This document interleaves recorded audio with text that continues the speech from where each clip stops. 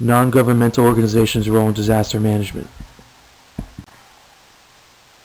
Non-governmental organizations can be defined by private organizations which conduct and pursue activities to relieve sufferings, promote the interests of the poor, provide basic social services, or undertake community development.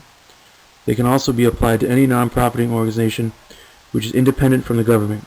NGOs are typically value-based organizations which depend on charitable donations and voluntary service. There are three types of non-governmental organizations.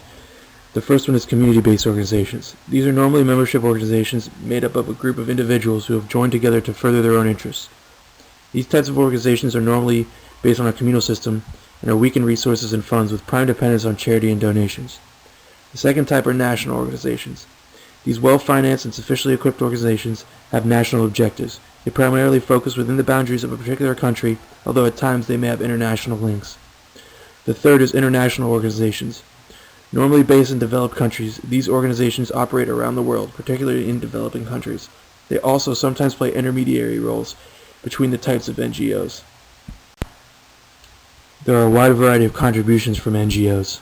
Augmentation and occasional replacement of local and regional administration, assistance and restoration of basic life support systems and public services, coordinating and prioritizing the efforts of independent volunteers, communication and sharing of information among government agencies, various private entities, and the public. There's also specialized tasks of medication, engineering services, transportation, and shelter provision. The positives of NGOs are they have strong grassroots links, which is gaining their strength in the masses. These organizations are well linked in their areas of influence. Also, their selfless approach and unpaid working help them gain the sympathies of people. They're innovative and adaptable. In most cases, NGOs don't have a set of agenda to operate. Their basic aim being to serve humanity, they are capable to undertake varying nature of tasks.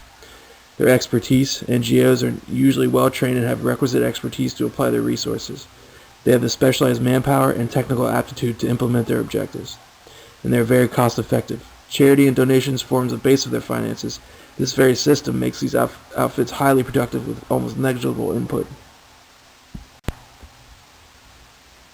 There are also negatives of NGOs. They have a limited institutional capacity, which is in most cases the scope of NGOs, particularly at the national level and below, does not match their organizational abilities. Their intended tasks are usually not within their own capabilities, and they normally need outside assistance from the government and local establishment. They have resource and financial constraints. Small-scale NGOs normally do not have sufficient funds and resources to manage their affairs. They are dependent on charity and donors. If isolated working, NGOs are very weak in intercommunication and coordinated working, either with the government or with their fellow organizations. They have their own agenda and work with a particular mindset. They have limited field sustainability. Dealing with disasters at occasions require prolonged field employment. The associated staff of NGOs are normally not permanent. They are linked to some other jobs for their regular incomes. Incompatible understanding. Their direction and way of working is self-assessed. They usually lack understanding of the broader social and economic context.